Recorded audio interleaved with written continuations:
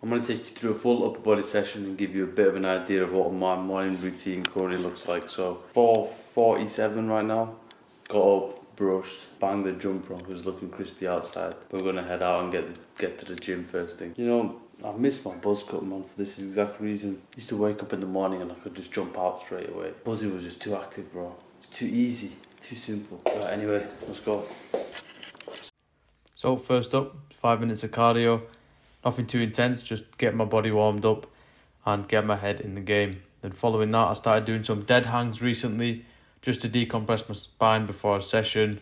Couple of shoulder mobility, open and closes, tricep extensions just to get my elbows warm, and then internal and external rotations for my rotator cuffs. Now into the first exercise, dumbbell shoulder press.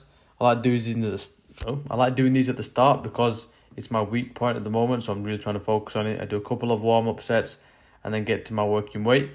And with this, I like to keep one back from the highest incline just because I feel it hits my shoulder a bit more. And with the elbows, don't put them all the way to the side, have a slight point forward. That just makes it a bit nicer for my shoulder and my elbows in terms of the tension.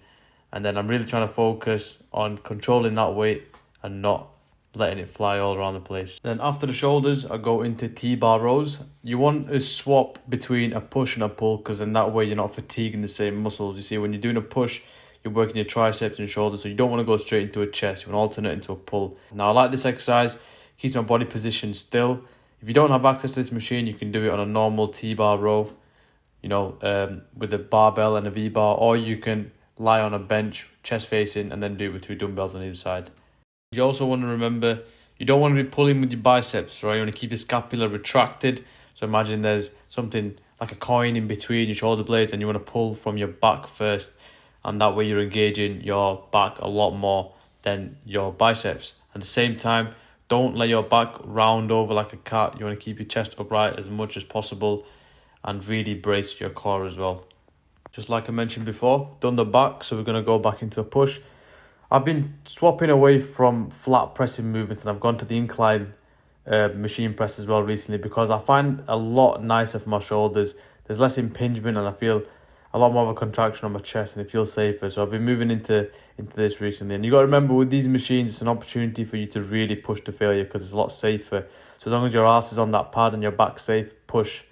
And unfortunately, I didn't get this rep, but we go again next week. Same principle, back into a pulling movement. Now I do reverse grip chin-ups or like wide chin-ups. These are quite difficult, I would say. So if you can't do these, do a underhand grip lat pull down. But when you're doing this, either exercise, you want to focus on pulling your chest into the top of that bar. That way you're really engaging your back. And the same thing, you don't want your biceps to do the work. Make sure you're engaging your back first before you pull up. So that's the end of the compound exercises, so the heavy exercise, the multi-joint exercise. Next we move into the isos. This is focusing on the smaller muscle groups. So I'll start off with the lateral delt.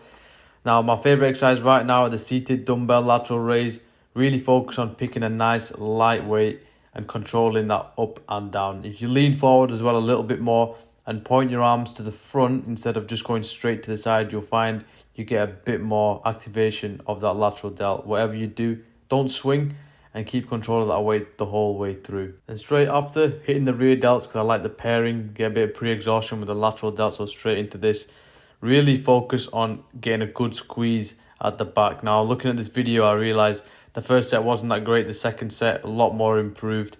Got a good squeeze. You want that rear delt popping because that's what's going to give you a 3D look from the side. Neglected rear delts really does make a massive difference to your posture and to your physique as well. So make sure you're hitting them and don't just leave them. Next up, onto some low to high cable chest flies. I love this exercise because you get a really good squeeze and focus on your chest. You want to think about keeping the elbows the same all the way through the movement and then bringing your pinkies together and really squeezing at the top. That's going to give you some nice contraction, and for one of the sessions you can do it low to high and the other session you can do it high to low. Now I don't do too many exercises on my chest because it's more of a stronger point for me. That's why you need to personalize your programs and know what works for you. But yeah, if you're struggling with that and you want a bit more idea, check the link in the description because I've started doing some 12-week programs for you. So if you want, you can check that out. And then to finish off, you want to go with the small muscle groups like the biceps. Now this is a killer exercise if you're struggling to grow your arms or your biceps. It's the preacher curl. It basically puts everything else stabilized. The only muscle that can really be engaged is your biceps. Really focus on getting a good squeeze and a good stretch out all the way, because you don't want half rep in your biceps, because you're not going to be training the muscle from its full range of motion. So keep that in mind. Quick physique check after the gym. Not a bad pump. My camera settings have been off, so I need to improve that. But yeah, after this, get back home and then carry on with the day. Jeez. Sun just rising, finished gym session. This is what we like. Get the day started early, doesn't matter even if it's a Saturday. Next up, focus please my friend. Next up is a cold shower. Since November last year I've been doing this every first thing in the morning. Well, not first thing, I've come back from the gym. You've got to remember, we live very comfortable lives. There's not much out there that's really testing us or pushing us past our boundaries. And a cold shower is a minute of feeling something that you're not used to every day. I don't like it. It's minus temperatures outside, but I still get it done because it sets me up for the day. There's a term called eat the frog. It means you do the hardest things first during the day, and then that makes the other things easy. If I had a gym session at 4:30 on a Saturday, and then I had a cold shower, doing some work on my business will be a lot easier. It could be the same for you. It could be that you're not picking up your habit of reading. It could be that you're avoiding work. It could be that you're avoiding a project. Trust me, bro. Jump in a cold shower first thing in the morning. Once you've done some exercise, instantly you'll feel better. So after my cold shower, the most important part of my day is my prayer. So as a Muslim, we have to pray 5 times a day. And this is the first prayer that we do before sunrise. So the last month I've been really trying to focus on it, and alhamdulillah, it's been improving a lot. So a lot way to go, a lot to improve, but being able to pray 5 times a day has been a massive step forward in my Islam. So inshallah, it'll inspire you to do so as well if you're my Muslim brother. After my prayer, I did a bit of deep work, and then time to fuel up. So this bad boy omelette I just cooked up, and the recipe will be out on a new series called Peng Nutrition. So stay tuned for that, or there might be a video link there. Thanks for watching, bro. As always, you know my message.